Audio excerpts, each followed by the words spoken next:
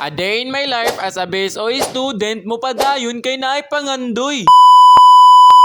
Hello, what's up? So maayong buntag kaninyong tanan no og dili maayong buntag wala ko'y labot riya ah. So karon kuyugi ko ninyo kay manglabata. Sige taglaag-laag nya dili ta manglaba. Ang kapal ng mukha mo, self.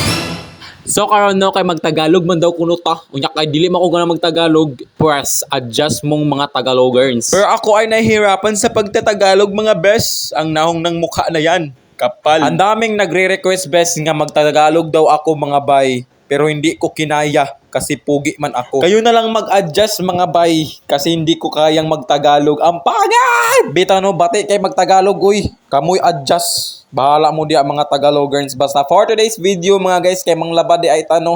O nya, sige tagbalik-balik aning labas sa tong jersey kay walay kahumanon. Wala naman jud ko'y masuot diri mga bay, mautabangi ko niyong lababi. Kapoy ra ba jud ning manglaba? Samot na karang naong nimo nga lami king kuso-kusoon bay. Ay grabe. Dili gid ka undangan bay hantud dili ka makuspaw. Sa panahon bay karon lami kay kuso-kusog naong labi na nang imuha. Ay, jogkog atika. Waa Nganong nangaway man ang abtoy na nga iya man ang labyang mga followers, Charis. After ato mga bay no, kay maglungag ta kay para panihapon. Malamang good boy ta. Lahat na mga ginagawa ko sa bahay, ginawa ko naman. Ha! Putek! May pa-transition pa akong nalalaman. Hindi ko naman alam nito. O sumayaw ka pa ang kupal mo!